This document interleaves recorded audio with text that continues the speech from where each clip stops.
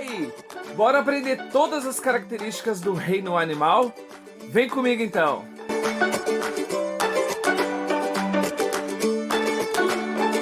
Fala galera, sejam todos muito bem-vindos ao canal Ciência Educa. Eu sou o professor José e hoje a gente vai falar sobre o reino animal, o reino Animalia, reino Animalia ou reino Metazoa, né? Tem muita gente que chama assim também. Bom, a gente não poderia deixar de começar o nosso vídeo falando sobre qual é a ciência que estuda os animais. O nome dessa ciência é zoologia. Zo vem de animais, logia vem de estudo, então estudo dos animais. Então a zoologia faz esse papel de estudar os animais, todas as suas características, classificá-los conforme... Bom, vamos lá então. Primeira característica, diversidade.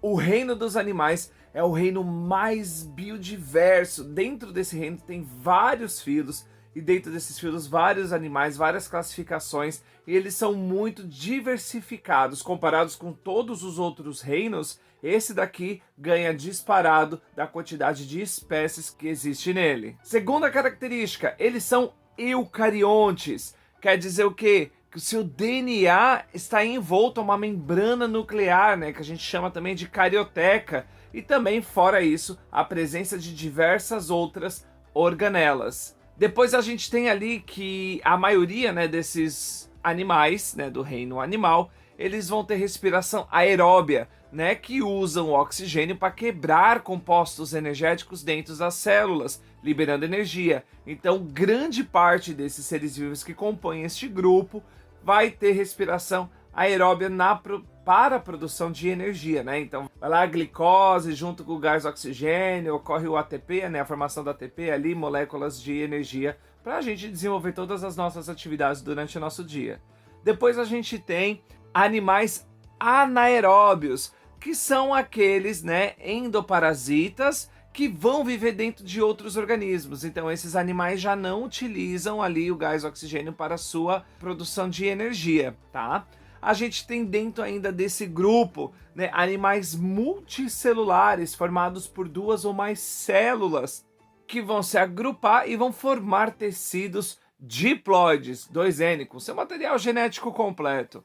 Depois a gente tem animais heterotróficos por ingestão, né? Então são animais que vão se alimentar de outros seres vivos, como os herbívoros, os carnívoros, parasitas, saprófagos. Todos eles vão se alimentar de outros seres vivos, né? Muito diferente, por exemplo, do reino dos fungos, né? Eles são ali heterotróficos por digestão extracorpórea, né? Eles lançam as suas enzimas digestivas para fora do corpo, ocorre a digestão fora do corpo e depois eles absorvem aquele líquido nutritivo.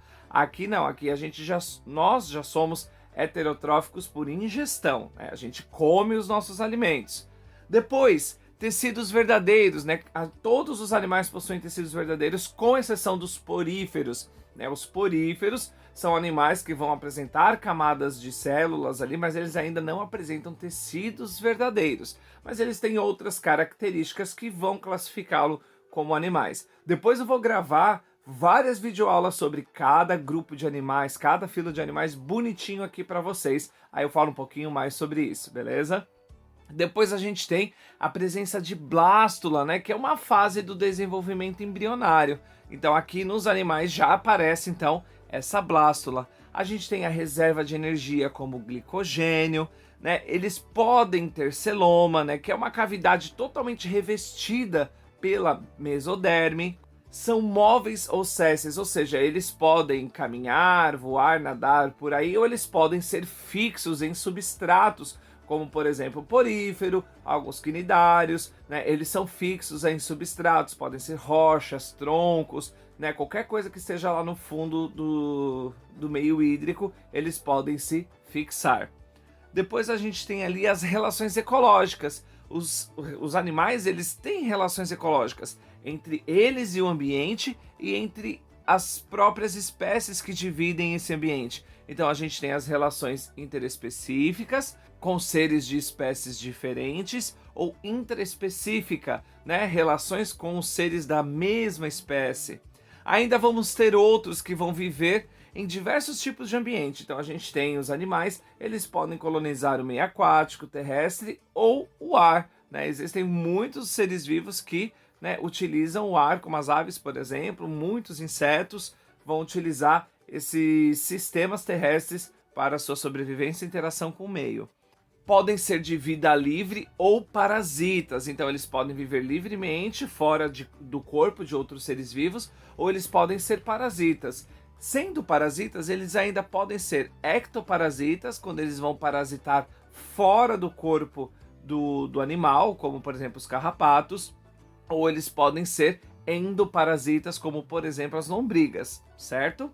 Depois a reprodução dos animais, né, a última característica aqui desse nosso grupo, ela pode ser sexuada ou assexuada. Então lembra, sexuada tem a troca do material genético e a assexuada, este fenômeno não ocorre, tá? É simplesmente a formação de clones por vários tipos de meios de reprodução assexuada, que inclusive tem um vídeo aqui falando sobre reprodução assexuada, reprodução sexuada, dá uma olhadinha aí na lista que vocês vão gostar bastante. E agora a gente fala um pouquinho sobre a questão da simetria dos animais. Então a gente vai ter, por exemplo, animais assimétricos, ou seja, a gente não consegue distinguir, por exemplo, o lado esquerdo do lado direito do animal. Eles têm uma forma que não é uma forma comum pra gente, então eles são assimétricos.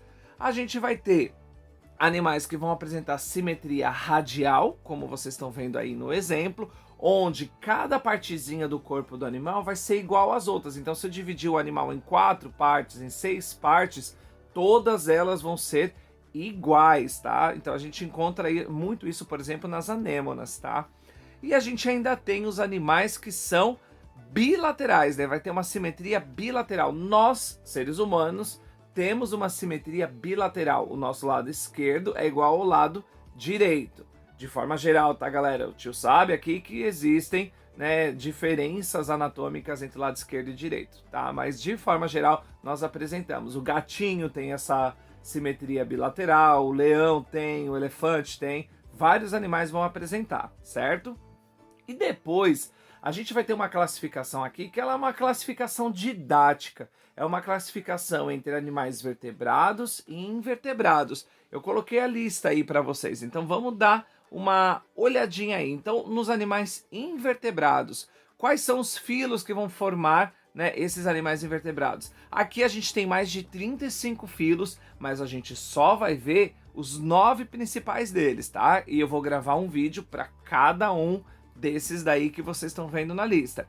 A gente tem poríferos, que são as esponjas, quinidários, que são as medusas, plateumintos, que a gente tem a tênia como exemplo, nematódios, a gente tem a lombriga, o molusco, a gente tem a lesma, a anelídeo, a minhoca, o artrópode, né, os artrópodes, os insetos, equinodermos, o ouriço do mar, e depois ali embaixo a gente tem uma outra lista com os cordados, que a gente tem os peixes, o exemplo são peixes, a gente tem ali os anfíbios, como sapos, nós temos os répteis, que tem, como a cobra, por exemplo, as aves, como os pássaros,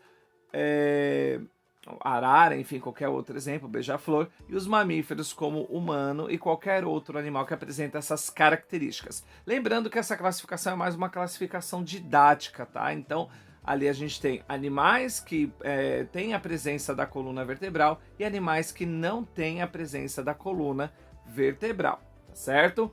Bom, pessoal, essa foi a nossa aula de hoje sobre as características gerais do reino Animalia. Espero que vocês tenham gostado. Já deixa o seu like, se inscreve no canal, deixa o seu comentário aqui embaixo, quais vídeos vocês gostariam de ver aqui os próximos, e beijo no coração, muito obrigado, tchau!